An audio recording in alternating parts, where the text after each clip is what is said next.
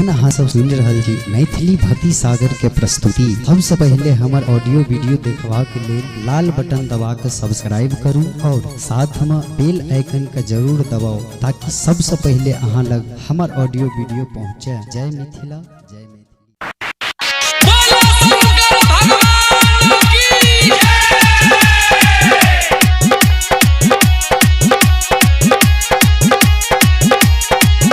अभी आप सुन रहे हैं झंझारपुर से मिथिला रिकॉर्डिंग स्टूडियो की शानदार प्रस्तुति। एलिया घूमैला बाबा हो देव घर ताले लेट भ गेले। एलिया घूमैला बाबा हो देव घर ताले लेट भ गेले। हमारा लभर के शादी सावन में जाके सेट भ गेले। हमारा लभर के शादी सावन में जाके सेट भ गेले। सुमित सतीश रईमा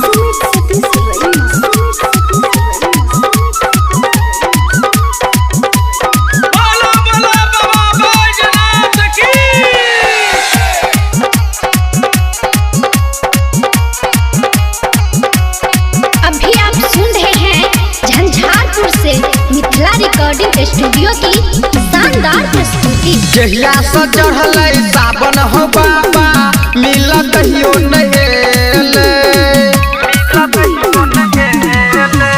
हमरा के छोड़ी दोसर के संगे देव घर गेले।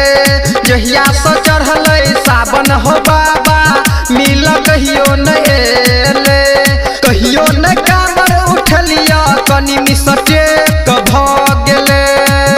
एहो कहियो न कामर उठलिया कनी मिसटे भ गेले। हमारा लभर के शादी सावन में जाके सेट भ गेले। हमारा लभर के शादी सावन में जाके सेट भ गेले। सुमित सतीश रईमा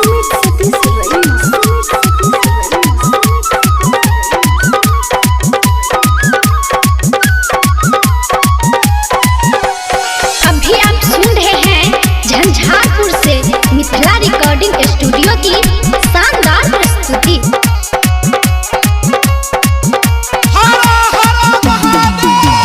बड़ी श्रद्धा से आयल हम छलिया मिल तोरा परदेश हो।